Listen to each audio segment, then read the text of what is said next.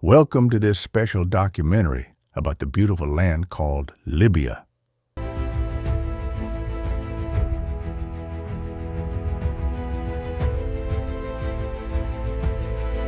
Before we begin this long journey through time, learning about ancient kings, brave warriors, magical stories, battles, deserts, delicious food, and how people lived thousands of years ago, please subscribe, like, share, comment, and turn on the notification bell so you never miss amazing stories like this.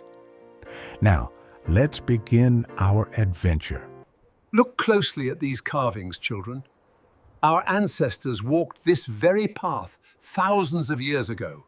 From the beginning of time, before the first footprints were pressed into the warm sands of North Africa, before the first stories were whispered beside firelight, the land we now call Libya was a wide and quiet place. It was a land shaped by the hands of nature long before humans ever arrived.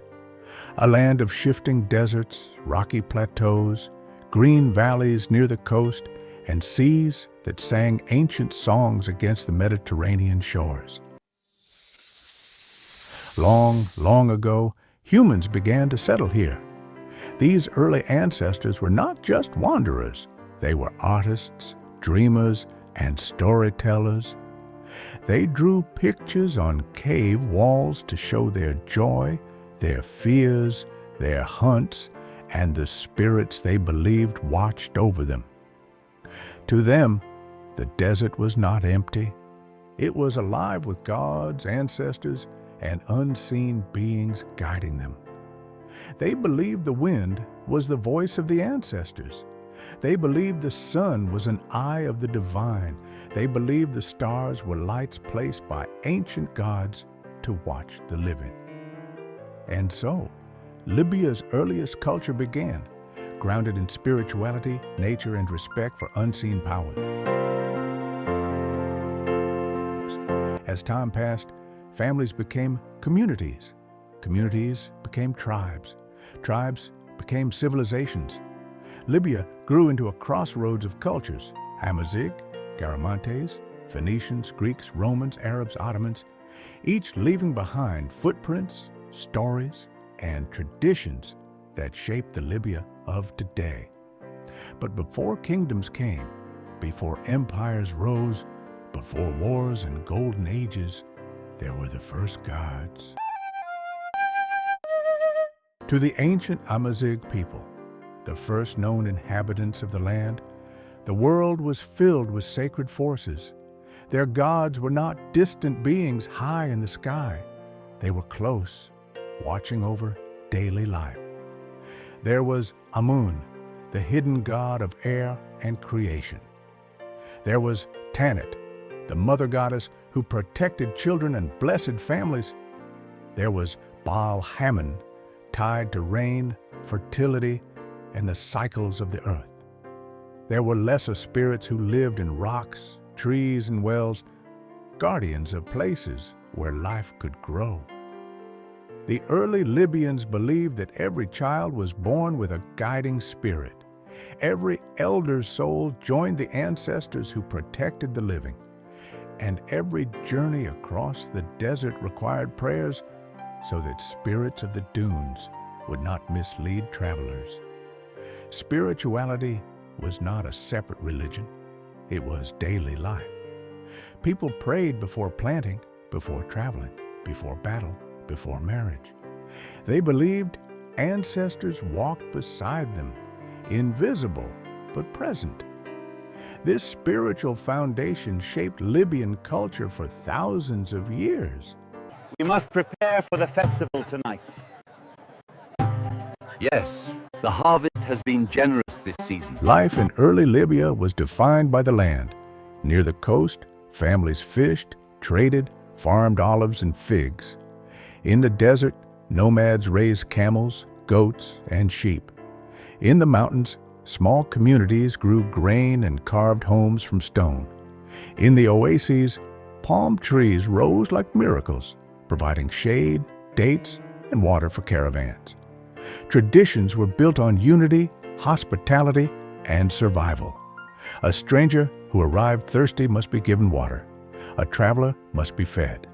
A family must open its tent to guests.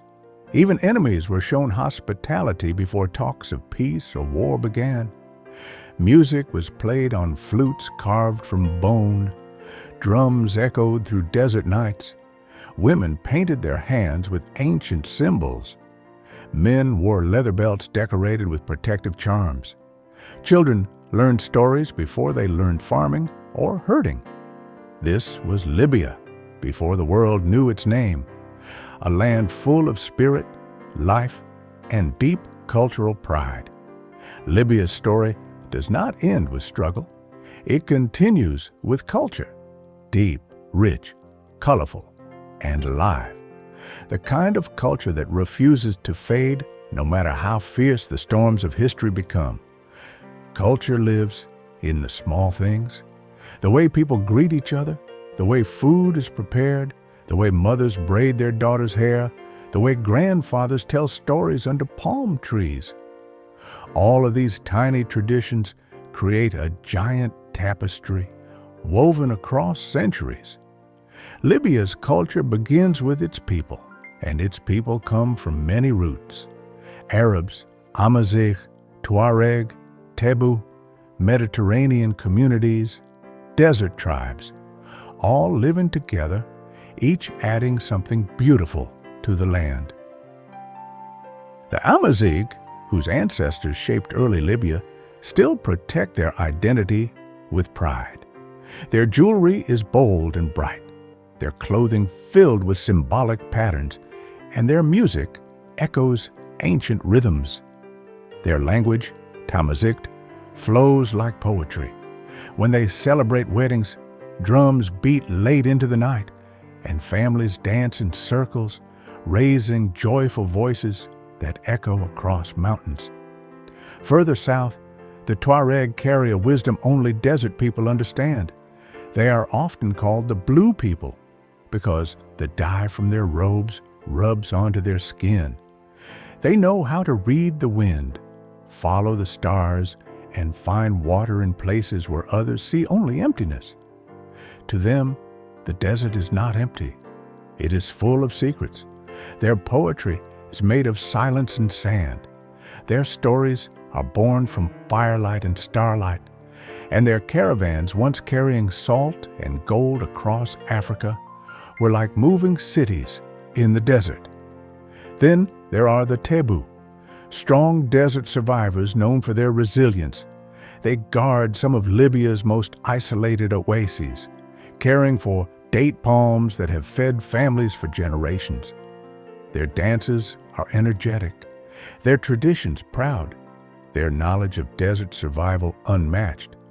Each group contributes something different: music, language, crafts, food, beliefs, and all of them together create the soul of Libya.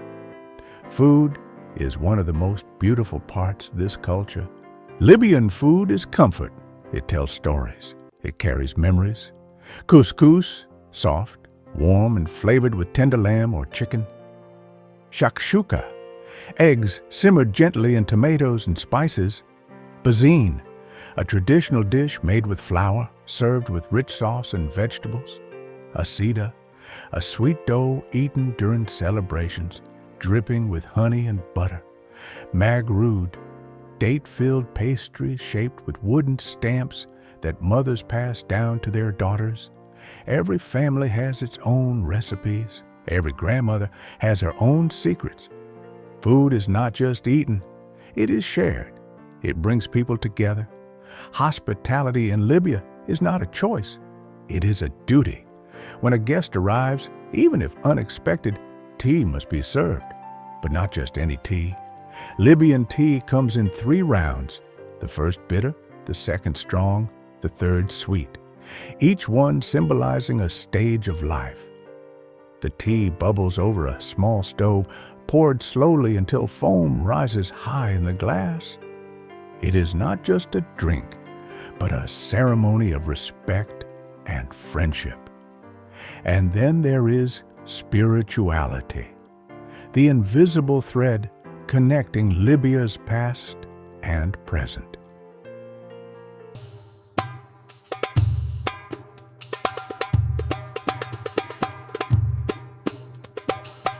Libya's spirituality is gentle and deep. Islam shapes daily life. The calls to prayer, the values of charity, the importance of family. But behind these practices lie older understandings carried from ancestors who respected nature, the wind, the stars, and the spirits of the land. In many towns, Sufi traditions remain strong. People gather to chant, meditate, and find peace in rhythm and repetition. Sufi songs are soft and healing. They rise and fall like waves. They speak of love, patience, and devotion. Children grow up hearing stories not just of prophets and heroes, but also of jinn in the desert, guardian spirits in old wells, and invisible blessings that protect travelers on long journeys. These stories are not meant to scare. They are meant to teach wisdom, courage, and respect.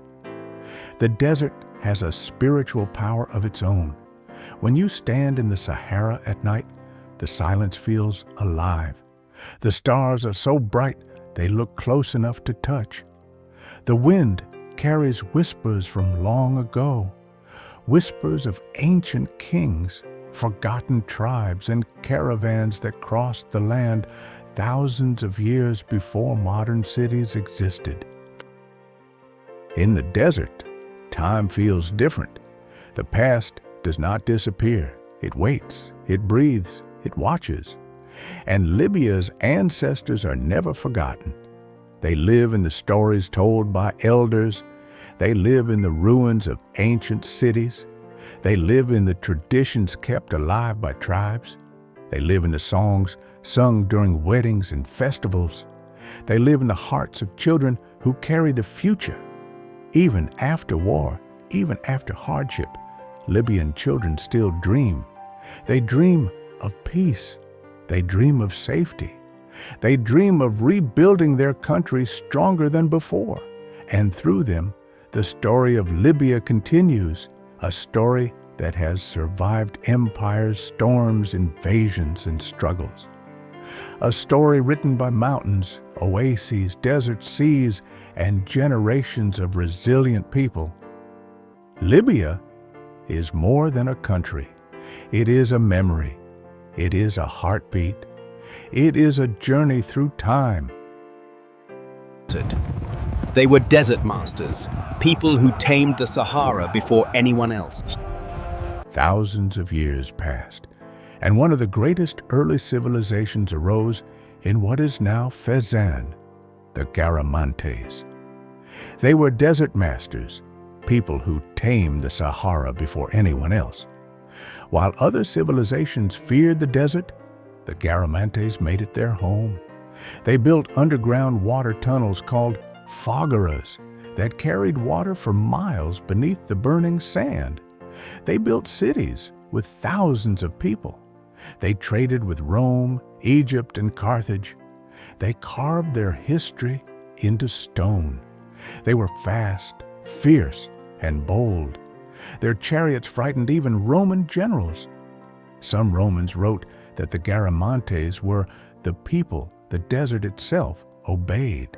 Their civilization lasted for centuries, full of innovation, farming, trade, and spiritual rituals that honored ancestors and desert spirits. As the centuries continued, new civilizations touched Libya. Phoenicians, who built Carthage and traded purple dye. Greeks, who built cities like Cyrene, full of scholars and philosophers. Romans, who created roads, theaters, and baths. Byzantines, who brought Christian traditions. Arabs, who brought Islam, new language, new architecture, and a new cultural identity. Each era created a new chapter in Libya's golden age. Cyrene became a center of knowledge. Leptis, Magna, became one of the most stunning Roman cities ever built. Sabratha grew into a cultural bridge between Africa, Europe, and the Middle East. Trade flourished. Art flourished. Architecture flourished. From science to farming to spirituality, Libya's golden age expanded. And yet, with golden ages come wars, battles for control, territory, and power. For thousands of years, Libya saw many wars. Wars between ancient tribes. Wars between Carthage and Rome. Wars of resistance against the Byzantine rule. Wars during the Arab conquest. Wars between Ottoman forces and local leaders. Wars against European powers. Wars for independence in the 20th century. And the modern conflicts that reshaped Libya in our time. But through all these wars, Libyans remained strong, guided by ancestors, traditions, and unity. Even as religions changed, from Amazigh gods to Roman gods to Christianity to Islam, one thing never changed. Libyans kept a deep spiritual heart. They respected elders. They believed in the unseen world. They honored the dead. They kept traditions alive through storytelling. They passed wisdom from parent to child. Libya's soul remained strong. If you are watching this documentary today, you are helping preserve history. You are helping the world understand Libya not just as a place of conflict, but as a land of miracles, ancestors, art, courage, and deep spirituality. Like, share, comment, and subscribe, because every voice spreading knowledge helps keep Libya's story alive for the next generation. As time moved on, the sea became one of Libya's greatest gifts. The Mediterranean connected Libyans to distant places: Egypt, Greece, Italy, Spain, even lands beyond the horizon. Traders carried olive oil, spices, salt, gold, pottery, and stories across the waters. Every boat that arrived brought new ideas, new faces, new gods, and new knowledge. Libya was not just a piece of land, it was a door between worlds. The people of Cyrene, one of the most beautiful Greek cities ever built, became famous for learning. The city's scholars studied stars, plants, weather, healing, and philosophy. One of the most valuable plants, silphium, grew only around this region. It was used for medicine, cooking, perfume, and even as a symbol of love. Kings begged for it. Traders fought for it. So precious was this plant that its symbol was printed on coins. In Cyrene's golden days, theaters were full, schools welcomed students from faraway lands, and gardens bloomed with flowers carried from across the Mediterranean. Libyans found themselves weaving their traditions with Greek ones, learning new ways of thinking while keeping their own spiritual roots alive. Spirituality remained at the heart of life. Even as Greek gods arrived, Zeus, Apollo, Artemis, the older Amazigh spirits were still honored. Families still prayed to ancestors, still made small offerings before journeys, still believed the desert had eyes. And then came the Romans.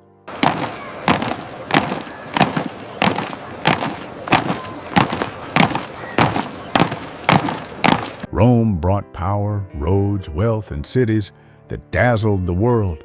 They brought new architecture, great arches, marble columns, stone fountains, and new customs. But Libyans were not swallowed by Rome. Instead, they shaped Rome itself. One Libyan man named Septimius Severus, born in Leptis, Magna, rose to become emperor of Rome, the most powerful man in the world at the time. He carried Libyan pride into the heart of the empire.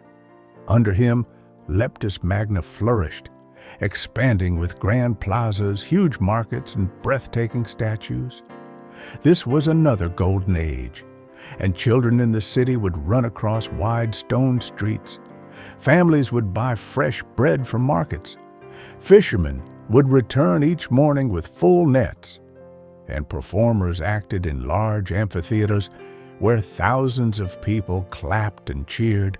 But even during peace, the desert remained strong, silent, eternal. Nomadic tribes still carried their traditions, moving with seasons, raising camels and goats, living in tents made of wool. They respected the old spirits. They believed the desert was a living library of memory. Every dune held a story. Every star was placed by an ancestor. Their songs were slow and beautiful. Their poetry was strong. Their belief in hospitality never faded. And so, even in the Roman age, Libya's cultural spirit stayed unbroken. But just as the desert winds rise without warning, history changed again. The Roman Empire grew weak. Enemies attacked from all sides. Trade declined.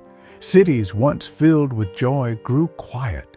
Buildings cracked and broke under time's weight. And in this silence, a new faith arrived, Christianity, spreading through Roman Libya. Churches replaced temples, new symbols replaced old ones, and people prayed in new ways. But change is the heartbeat of history, and history never stops.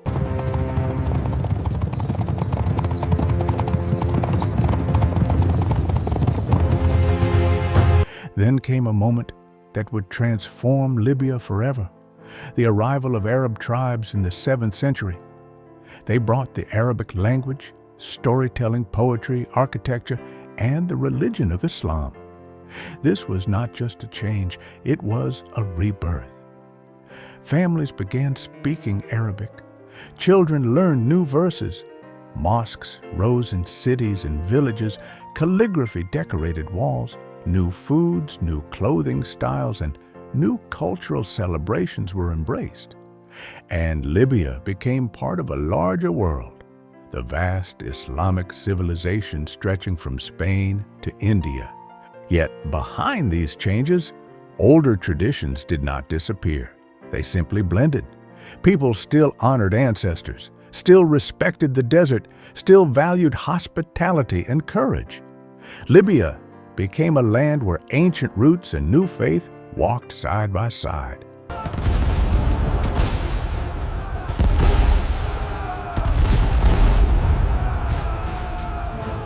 The Ottomans arrived next, bringing new rulers, new laws, new weapons, and new alliances. For centuries, Libya lived under Ottoman influence. Cities grew again, trade routes reopened, markets bustled. Scholars studied religion, mathematics, medicine. Caravan routes connected Libya to sub-Saharan Africa. But with new rulers came new conflicts. Tripoli became known for its corsairs, seamen who raided foreign ships. Some called them pirates, others called them defenders. They captured ships, negotiated payments, and shaped Mediterranean politics for years. This era made Libya both feared and respected. But change was coming yet again, this time from Europe. In the early 20th century, Italy invaded Libya, triggering a painful and long struggle. The Italian colonizers wanted the land, the resources, and control over North Africa. But Libyans refused to give up their home. They fought back with courage. The most famous leader was Omar Mukhtar, the Lion of the Desert, a teacher turned warrior. He led resistance forces for nearly 20 years, guiding fighters through mountains and deserts, using the land secrets as their shield. Even children today hear his name with pride. Even adults whisper his story with emotion. He showed the world that Libya's spirit could not be broken. But wars take lives. They break families. They shake nations. Italy used harsh tactics, built camps, destroyed villages. Libya suffered deeply. Many died. Many were displaced. Yet the spirit of the ancestors remained burning inside the hearts of Libyans. And after decades of struggle, Libya finally won its independence in 1951. One of the first African nations to break free from colonial rule. And so, a new Libya was born. a Libya free from foreign rule, ready to write its own story. The year was 1951 when the world heard the announcement, Libya is independent. People danced in the streets. Families hugged tightly. Elders cried with joy, remembering the sacrifices of those who fought and died. Children waved flags the colors of the new nation, black, red, and green, symbolizing struggle, courage, and hope. Libya became a kingdom under King Idris, a calm and spiritual man who had lived years in exile during colonial times. He returned not as a conqueror, but as a unifying figure. Under him, Libya began to build itself, slowly, patiently, carefully. But something was about to happen that would change the destiny of Libya forever. Something buried deep beneath the desert sands. Oil. But with the discovery of oil, the ground beneath Libya became a fountain of wealth. The first wells opened. Before 1959, Libya was one of the poorest nations in the world. Many families lived from farming, herding, or small trade, but with the discovery of oil, the ground beneath Libya became a fountain of wealth. The first wells opened. The first pipelines stretched across the land, and suddenly the world turned its eyes toward Libya. Oil money brought schools, hospitals, roads, electricity, clean water, and modern cities. Tripoli and Benghazi grew into bustling centers. New buildings rose like young trees after rain.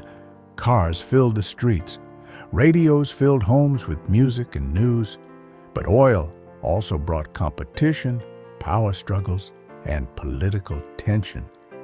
In 1969, under the weight of political dissatisfaction and demands for reform, a group of young military officers, led by a 27-year-old man, staged a coup. His name was Muammar Gaddafi.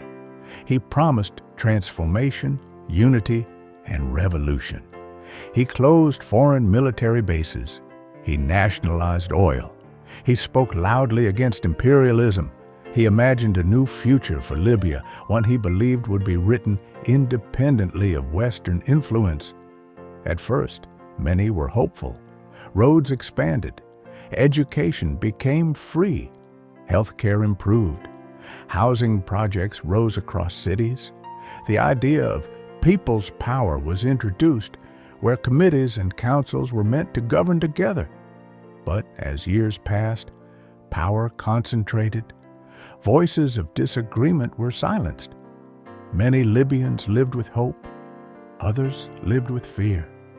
Some admired the boldness of Libya's independence. Others longed for political freedom. Still, throughout these decades, Libya continued to grow. Young people studied abroad. Families traveled, worked, and prospered. The oil industry strengthened the economy, and Libya's deserts, coasts, and oases remained symbols of beauty and endurance. But history, like the desert wind, never stays still. In 2011, the world watched as Libya faced one of its most tumultuous moments. Inspired by uprisings across the Middle East and North Africa, protests erupted. Streets filled with voices demanding reform, freedom, and change. Arguments grew into conflict. Conflict grew into civil war. The country was thrown into chaos. Families were separated. Cities were damaged. Communities fractured. Gaddafi's long rule came to a violent end, and Libya entered a new era, an era of uncertainty. After 2011, Libya struggled with competing governments, militias, foreign intervention, and instability. But even in the worst years, Libyans showed incredible strength. Neighbors helped neighbors. Families rebuilt homes with their own hands. Teachers taught classes in damaged schools. Doctors treated patients without electricity. Libyans refused to give up. For every story of war, there was a story of hope. For every moment of darkness, there were people shining light. And through all of this, Libya's true heart, its culture, its traditions, its spirit, remained unbroken. The Amazigh communities kept their language and songs alive. The Tebu and Tuareg preserved their nomadic heritage. Arab families passed poems, proverbs, and recipes down generations. Sufi orders continued spiritual practices in quiet zawiyas. Elders told stories under palm trees at dusk, stories of ancestors, courage, loyalty, and resilience. Libya, despite everything, remains a land of beauty. It is the land of Leptis Magna, still standing proud. The land of Garamantes, buried but not forgotten. The land of Sahara, night so clear you can see galaxies. The land of tea brewed 3 times, bitter, strong, and sweet. The land of hospitality so deep that strangers become family, and the land of millions who continue to hope for unity, peace, and a bright future. This story is not finished. Libya is still writing its future every day with every family, every child, every dream. And so, as the final chapter of Libya's long and winding story settles gently like evening sand across the desert, we find ourselves standing at the edge of a land that has lived 1,000 lives. We have walked with ancient gods who once shaped mountains and guarded oases. We have sat with storytellers whose voices carried the wisdom of ancestors through countless nights. We have followed warriors who rose from the dunes with courage burning brighter than fire, and we have watched peaceful hands rebuild homes after storms again and again, refusing to give up. Libya is not just a line on a map. Libya is a memory that refuses to fade, a breath of the Sahara carried in every heart that calls it home, a melody sung by desert wind, a promise that even after darkness, dawn always returns. The land has seen empires rise and crumble. It has heard foreign tongues echo across its coast. It has felt the weight of war and the warmth of unity. It has watched generations grow, learn, laugh, break, and heal.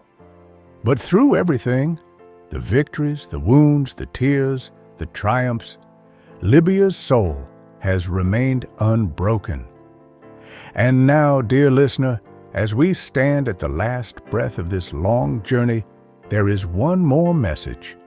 A message not from history, not from war, not from the ruins of the past, but from the living heartbeat of Libya itself. A message from the sand that has carried the footsteps of ancestors, from the wind that whispers across empty valleys, from the stars that guided travelers through the darkest nights. This message is not a goodbye. It is a call to you. Because a story like this does not end when the narration ends. It does not end when the screen fades. It does not end when the music stops. It continues through the people who carry it forward. And today, that person is you. You have walked through time. You have seen Libya in its beauty, in its sorrow, in its pride, and in its power. You have watched kingdoms rise, warriors resist, families rebuild, and generations hope. But this journey means nothing if it stops here. You are now a keeper of this story. You are now a voice of remembrance. You are now part of the desert's memory. So here is the call to action, a call for everyone, young or old, Libyan or not. Whoever hears these words, do not let this story fade. Keep it alive. Carry it forward. Share it so the world remembers the truth of Libya. Share it with your friends. Share it with your family. Share it with your children so they grow knowing the greatness they come from. Share it with anyone who needs to be reminded that no matter how much pain a nation endures, its spirit can still rise. All it takes is one simple action: like, comment, share, subscribe. Not because these are just buttons on a screen, but because they are tools. Tools to keep history alive, tools to amplify the story of a people who deserve to be remembered, tools to ensure that the sacrifices of ancestors were not in vain. Every click, every share, every interaction becomes a small stone placed upon the foundation of Libya's legacy. Every voice raised becomes part of the chorus that says, "Libya matters. Libya is beautiful. Libya will rise again." If this story touched you, if it taught you, if it moved you, if it opened your eyes, if it brought you closer to history, closer to culture, closer to human truth, then do something about it. Don't leave silently. Don't walk away like nothing happened. Stand with the storytellers. Stand with the historians. Stand with the people who are trying to preserve the beauty of our world. Stand with Libya. Your support gives strength. Your engagement gives visibility. Your voice gives power. So before the desert night closes in, before the final word fades into the wind, take this moment, this small but mighty moment, and act. Click the like button. Leave a comment that shows your love, your thoughts, your respect. Share this documentary with someone who needs to hear it. Subscribe so you never lose the journey we've begun together. Because together, we can make sure that the world never forgets Libya's story. Together, we can protect the past, understand the present, and inspire the future. Together, we can show the world that history is not just something that happened. History is something we carry. So let your voice be part of this legacy. Let your actions become part of this memory. Let your heart answer the call. For Libya, for history, for truth, for the ancestors, for the future, for every child searching for identity, for every adult craving understanding, for every spirit that still believes in a better tomorrow. This is your moment. This is your time. This is your call. Like, comment, share, subscribe, and keep the story alive. The desert is waiting. The ancestors are watching. The world is listening. And you are now part of the eternal story.